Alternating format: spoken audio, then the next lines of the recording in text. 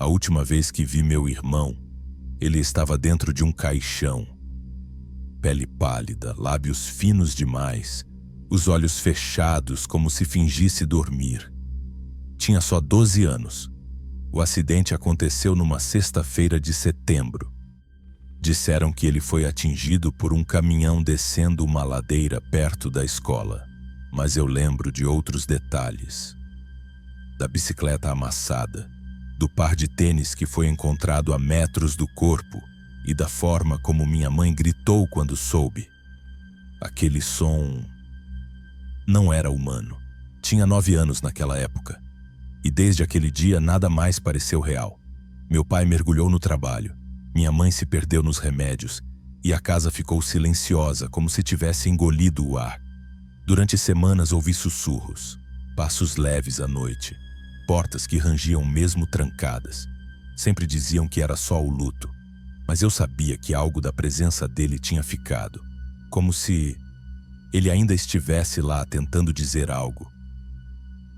Com o tempo, os sinais sumiram.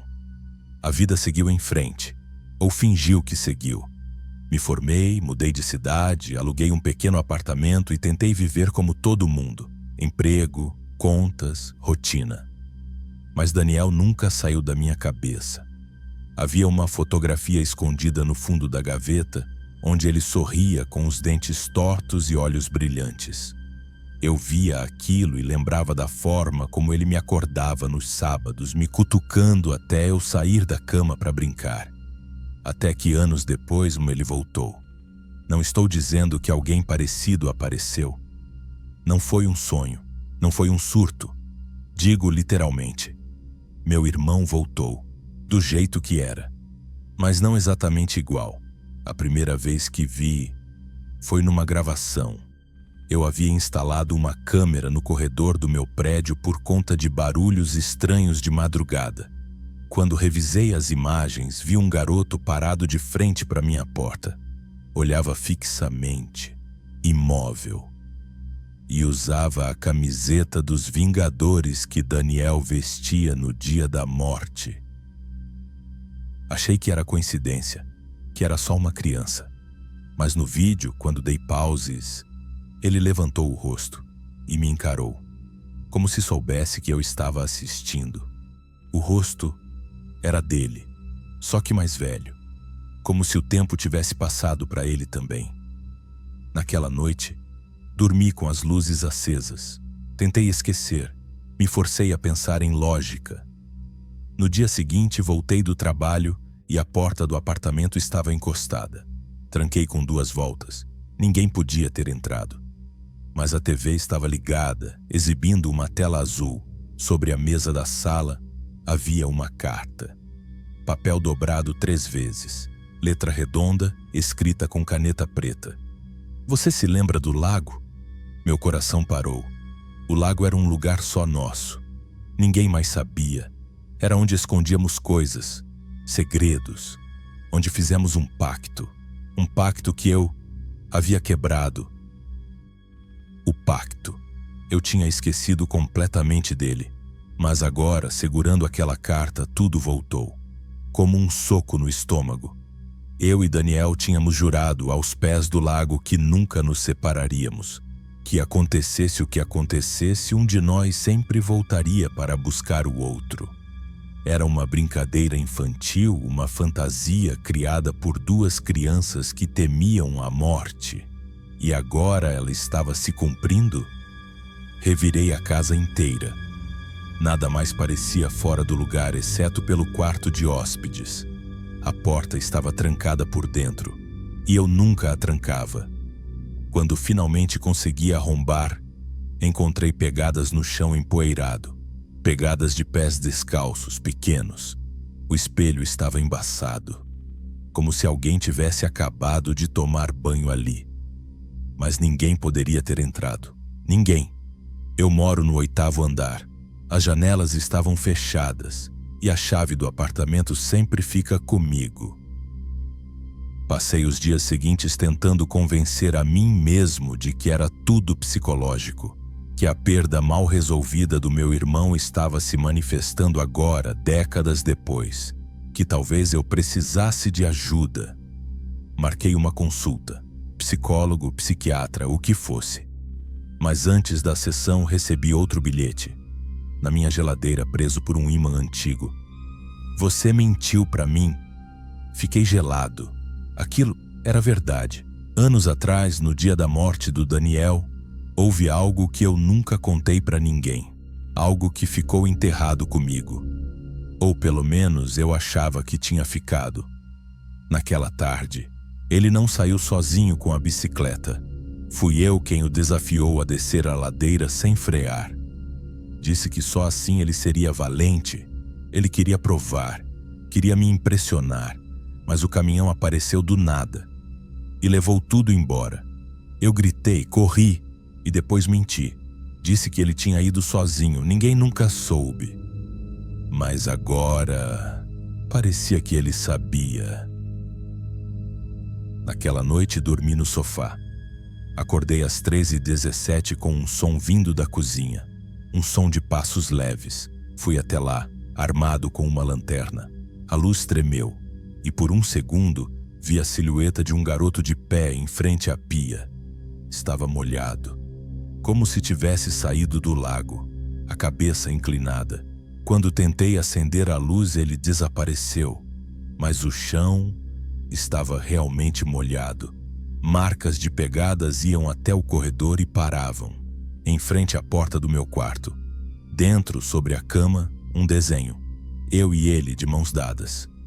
Mas no canto do papel, ele tinha desenhado um buraco. Escuro, fundo, com algo rastejando para fora. Tentei queimar o desenho naquela manhã. Estava desesperado, mas ele não queimava. As bordas escureciam, mas o centro continuava intacto, como se o papel recusasse desaparecer. Foi aí que me dei conta de que precisava sair, me afastar. Voltei à casa antiga da nossa infância, onde tudo começou. A casa dos meus pais, agora abandonada. Lá, talvez eu encontrasse respostas. A entrada estava coberta por folhas secas e teias de aranha. Ao entrar, um cheiro de madeira úmida e lembranças esquecidas me envolveu. A sala estava igual, as fotos na parede desbotadas. Mas havia algo novo, um som vindo do porão, um som de bicicleta enferrujada girando. Desci os degraus com cuidado, cada passo ecoando como um aviso. Lá embaixo, no escuro, a bicicleta do Daniel. A mesma, idêntica, mas com uma roda girando, sozinha. Na parede do porão, alguém ou algo havia desenhado de novo. A mesma imagem, eu e ele, mas agora com olhos vazios, e atrás de nós, o lago. Senti um gosto metálico na boca, como se eu tivesse mordido a culpa.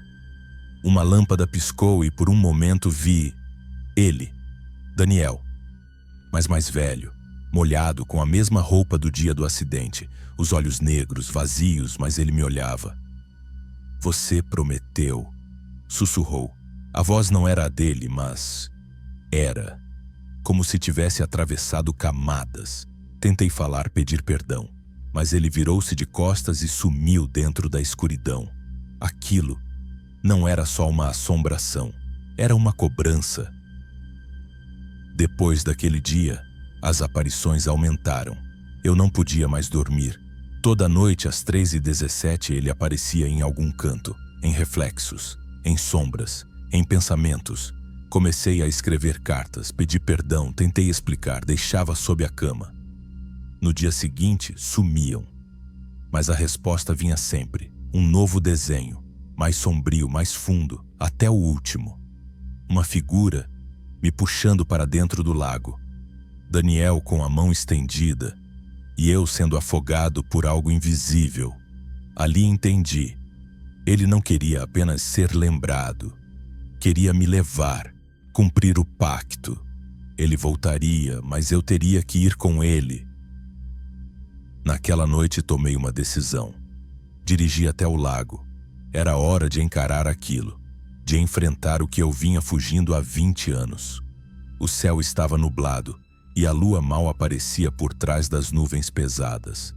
O lago parecia ainda mais escuro do que eu lembrava, como se tivesse envelhecido junto comigo. As árvores ao redor se inclinavam como se observassem, cúmplices do que estava prestes a acontecer. Desci do carro com a lanterna tremendo na mão. Cada passo até a margem parecia ecoar dentro do meu peito. Ao chegar, parei. Olhei para a água parada. O silêncio era tão espesso quanto o medo. E então, ouvi um som vindo do fundo, um sino de bicicleta, seguido de um sussurro. Você prometeu. A lanterna apagou. O mundo escureceu de repente, mas senti a presença. Daniel estava lá, não com o corpo de antes, não como aquela lembrança doce. Era como se o tempo tivesse se acumulado sobre ele. Como se tudo o que foi negado, os aniversários, os anos de crescimento, as perguntas sem respostas, agora vestissem aquela presença. Um vulto se formou sobre a água. Não tinha olhos, mas me olhava, e pela primeira vez, eu me ajoelhei. Pedi desculpas pela escolha que fiz, pela promessa quebrada, por ter sobrevivido. A água começou a se mover, girar em círculos como um redemoinho, e no centro dele, o desenho. Sim, o maldito desenho, flutuando intacto. Então, tudo parou. A água se acalmou, e um último som, o sino da bicicleta, se afastando. Um vento gelado me envolveu. O vulto se desfez, e ali, naquela margem, pela primeira vez desde 2003, eu chorei, não por medo, mas porque percebi que Daniel não queria me punir. Ele queria ser lembrado, não pelo que aconteceu, mas por quem ele foi. Um irmão, meu irmão. No dia seguinte queimei o último desenho, e dessa vez, ele queimou, por completo. Desde então nunca mais o vi, mas de tempos em tempos, quando o silêncio pesa, eu ainda ouço o sino. Não como um aviso, mas como um lembrete de que promessas não morrem.